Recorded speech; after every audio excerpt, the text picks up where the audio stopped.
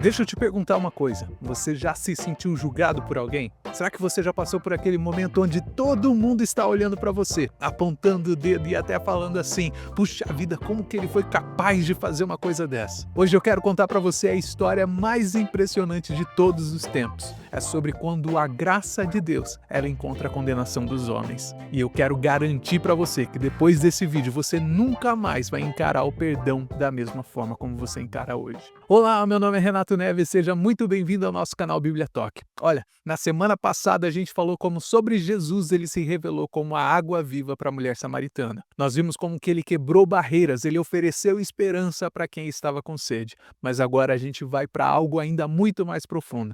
Hoje nós vamos descobrir como Jesus ele manifestou a graça divina no momento mais tenso do seu ministério terreno. Então, se essa palavra de hoje ela tocar no seu coração, eu gostaria que você não guardasse ela só para você, beleza? Compartilhe ela com alguém que também precisa ouvir sobre a graça transformadora de Jesus. E já me ajuda curtindo esse vídeo, se inscrevendo no nosso canal, para que a gente possa alcançar muito mais pessoas ao redor do mundo com a palavra de Deus. Mas antes da gente mergulhar na nossa lição de hoje, deixa eu fazer uma conexão muito importante para você aqui. Nesse trimestre nós estamos estudando sobre o Evangelho de João e nós estamos entendendo como João ele está revelando Jesus, quem realmente Jesus é, aos poucos. Então primeiro nós vimos o discípulo amado, João é o discípulo amado. Depois nós vimos Jesus como sendo a luz do mundo. Nós vimos que ele foi rejeitado, que ele enfrentou desafios. Nós vimos também o primeiro milagre dele lá em Caná da Galileia. Nós vimos também o encontro de Jesus com Nicodemos, quando ele fala sobre o novo nascimento. Depois nós falamos sobre as declarações que Jesus fez. Quais declarações foram essas? As declarações do eu sou. E na semana passada nós falamos sobre o encontro de Jesus com a mulher samaritana. Parece que não, mas esse nosso trimestre sobre João, ele está passando voando. E agora, no vídeo de hoje, nós chegamos no momento crucial do ministério de Jesus. Ele não está apenas oferecendo água para alguém ou fazendo um milagre, um sinal para alguém. Ele está, na verdade, sendo testado na sua própria essência. Será que Jesus ele realmente veio para salvar as pessoas? Ou será que ele veio para condenar as pessoas? E essa pergunta ela é fundamental para que a gente possa entender quem Jesus Cristo realmente é. Então olha só, o que acontece aqui no capítulo 8 de João? Jesus ele está no templo, está cedo, está de manhã, ele estava lá ensinando o povo. E de repente, do nada, aparece uma multidão de escribas e fariseus arrastando uma mulher. Eu consigo até imaginar essa cena. E a Bíblia diz assim: esta mulher foi apanhada no próprio ato de adultério. Isso está escrito lá em João, no capítulo 8, no versículo 4.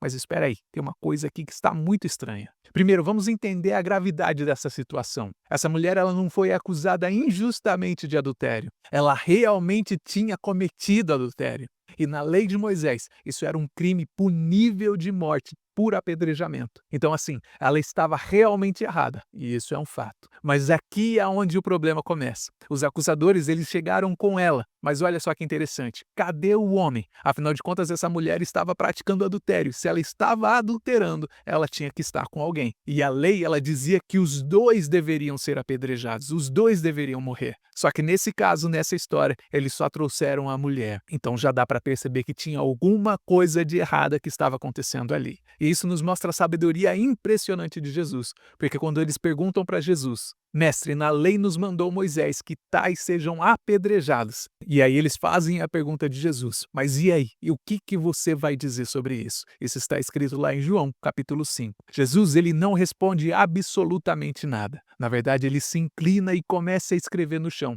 Agora eu fico imaginando essa cena. O que será que Jesus estava escrevendo no chão?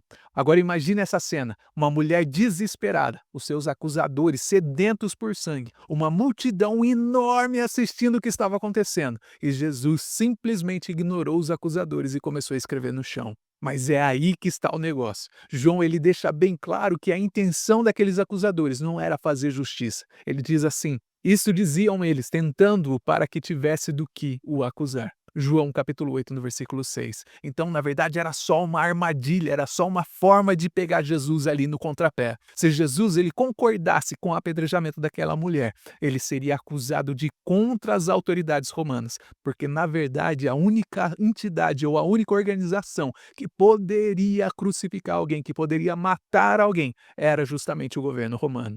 E se Jesus perdoasse a mulher, ele seria acusado de ir contra a lei de Moisés. Então Jesus ele estava num dilema perfeito aos olhos daqueles acusadores, mas pelo menos isso era o que eles pensavam. E aí você me pergunta, tá bom, Renato, por que que Jesus ele não respondeu na lata daquelas pessoas? Por que que Jesus já não virou para eles e falou, seus hipócritas? E olha só que coisa linda essa estratégia de Jesus. Ele estava explorando o coração deles. Ele sabia que por trás daquela pergunta sobre justiça havia uma pura maldade no coração daquelas pessoas. Eles não se importavam de maneira nenhuma com aquela mulher, eles não se importavam com a lei de Moisés, eles queriam pegar Jesus numa cilada. E tem uma coisa que me impressiona muito aqui nessa história, porque os maiores culpados, eles são sempre os maiores acusadores.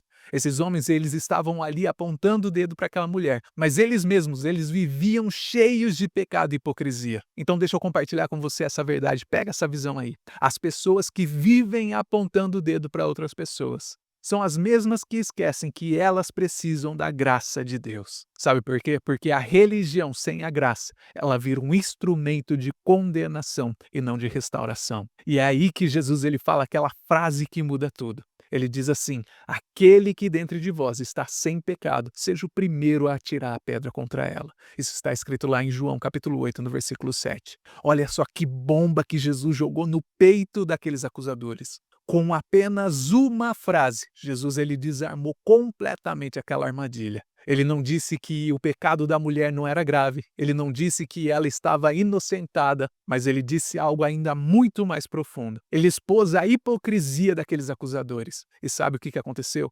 A Bíblia diz que eles foram saindo um por um, começando pelos mais velhos. Sabe por quê? Porque quanto mais velho você fica, mais consciente dos seus pecados e das suas limitações você fica. Mas espere aí que tem uma coisa aqui que é muito importante e que muitas vezes a gente deixa passar batido sem perceber.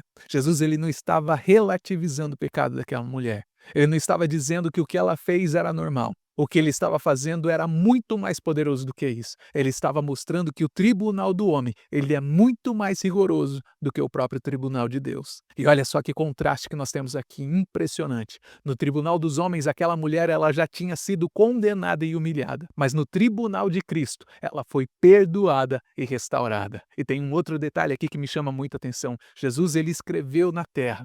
E a pergunta que nunca cala é o que será que Jesus estava escrevendo ali naquele momento? A Bíblia ela não vai dizer o que Jesus escreveu. João não vai dizer o que Jesus escreveu. Talvez ele estivesse escrevendo ali no chão o pecado daquelas pessoas que estavam ali acusando. Agora imagina comigo essa cena. Cada um olhando para o chão, vendo o seu próprio erro, o seu próprio pecado escrito ali. E essa seria a explicação perfeita para eles terem saído de um por um. Mas o mais importante é isso, enquanto os acusadores eles queriam usar a lei para destruir, Jesus ele usou a verdade para libertar. E essa é a diferença entre a religião e o relacionamento com Deus. E é aí que nós entendemos uma verdade fundamental.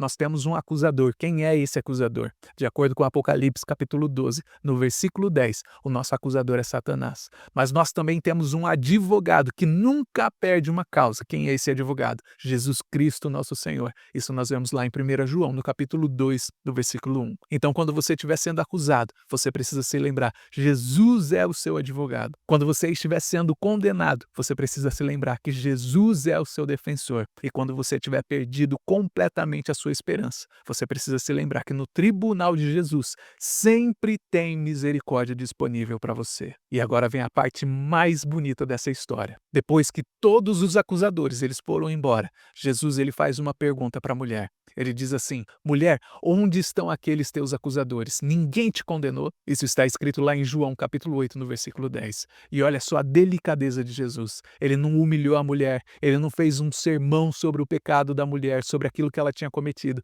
Ele simplesmente perguntou para aquela mulher se os acusadores dela tinham condenado ela. Então a mulher respondeu para Jesus: ninguém, Senhor, ninguém me condenou. E aí Jesus fala aquelas palavras que mudariam a vida daquela mulher para todo sempre.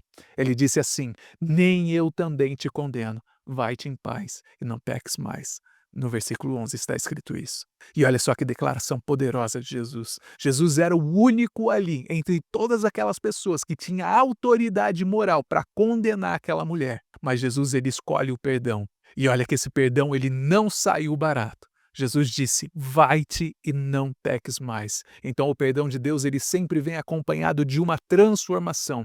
Ele não estava dizendo: tá tudo certo, tá tudo bem, continue a sua vida de pecado. Ele diz: eu te perdoo, mas agora você precisa viver uma vida diferente. E isso me leva a uma reflexão muito importante sobre o perdão de Deus. O perdão não é uma atitude de fraqueza de Deus, mas na verdade é uma demonstração do amor dele por nós. Então, quando Jesus ele perdoou aquela mulher, ele estava mostrando que o amor de Deus é muito maior do que qualquer pecado. Mas uma coisa que nós também precisamos entender é que somos perdoados perdoando, porque Jesus nos ensina que aquele que foi perdoado também tem o dever de perdoar. Então a medida do nosso perdão deve ser a medida do amor misericordioso de Deus. Mas você precisa entender isso daqui, porque existe uma diferença gigantesca entre o perdão humano e o perdão divino. Sabe por quê? Porque o perdão humano, às vezes, ele é atrelado a uma condição. Eu te perdoo do fundo do meu coração se você fizer isso, isso, isso e aquilo. Mas o perdão de Deus, ele é um perdão incondicional. Ele perdoa a mim e a você porque ele nos ama. Ele não perdoa a mim e a você porque nós merecemos. E tem um outro ponto aqui muito importante. Jesus, ele restaurou a dignidade daquela mulher. Jesus não tratou aquela mulher como se ela fosse um objeto descartável, como aqueles acusadores estavam fazendo. Ele chamou ela de mulher. E aqui pode parecer até estranho Jesus estar chamando aquela mulher de mulher. Mas esse é o mesmo título que ele usou quando ele estava fazendo o primeiro milagre. Eu não sei se você se lembra, quando Jesus fez a transformação de água em vinho, quando ele se refere à mãe dele, ele fala mulher. E aqui nós vemos essa expressão novamente. Jesus estava usando a mesma expressão que ele usava para se comunicar com a sua própria mãe. E isso nos ensina algo muito importante. Porque não importa onde você está, não importa o que você está fazendo, Jesus sempre vai nos tratar com dignidade. Jesus sempre vai nos tratar com dignidade. Ele sempre vai nos dar uma nova oportunidade. E sabe por que isso é tão importante para mim e para você no dia de hoje? Porque nós estamos vivendo numa sociedade que adora cancelar pessoas. Qualquer erro que você cometa, qualquer erro que eu cometa, as pessoas já nos cancelam. Você não tem mais nenhuma chance de recomeçar. Mas Jesus, ele nos mostra um caminho completamente diferente, o caminho da restauração. E olha só que interessante. Depois dessa experiência com Jesus, aquela mulher, ela nunca mais foi a mesma. Ela não encontrou apenas o perdão, mas ela encontrou uma nova identidade. Ela não saiu dali como sendo aquela mulher adúltera que foi pega no adultério, mas ela saiu dali como uma mulher perdoada. E isso é tremendo, porque não importa onde você está hoje, não importa o que você fez, Jesus, ele tem um perdão disponível para você. Ele não veio para condenar você, ele veio para te salvar. E se você ainda não experimentou esse perdão transformador, hoje pode ser o seu dia. E se você conhece Jesus, mas se você está andando com os acusadores da história, julgando as pessoas em vez de amar, hoje é o seu dia de mudança. E se você está carregando uma culpa por algo que você fez, eu quero que você se lembre, no tribunal de Cristo sempre tem misericórdia disponível. Você não precisa carregar esse fardo mais nas suas costas. Jesus disse que o fardo que ele oferece é um fardo leve. E na próxima semana a gente vai mergulhar ainda muito mais profundo para entender como o pai e o filho, eles trabalham de forma perfeita e harmônica. Então vai ser um estudo incrível sobre a triunidade divina e como isso impacta as nossas vidas nos dias de hoje. Eu espero que você tenha aprendido pelo menos uma coisa ou duas com o nosso vídeo de hoje. E se essa palavra falou contigo no seu coração, compartilha com alguém que precisa ouvir sobre a graça transformadora de Jesus. E por favor, não se esqueça de deixar o seu like nesse vídeo, de se inscrever nesse canal e de ativar o sininho para não perder nenhum estudo que nós publicamos aqui. Já me deixa um comentário aqui embaixo me dizendo de onde você está assistindo esse vídeo e se Deus quiser, eu te vejo no próximo.